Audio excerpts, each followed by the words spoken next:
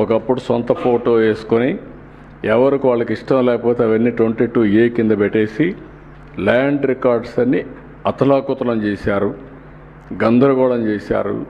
ఒక విధంగా చేయాలంటే ఒక కయాస్ క్రియేట్ చేశారు.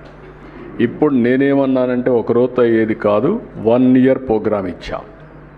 1 year ఒక్క రూపాయి అవినీతి లేకుండా సర్వే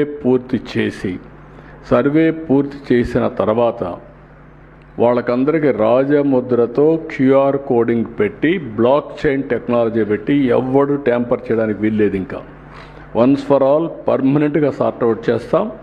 ఒకవేళ కంప్లైంట్స్ ఉంటే నేనే పర్సనల్గా వెళ్తా, అక్కడికి ఎంక్వైరీ చేస్తాం.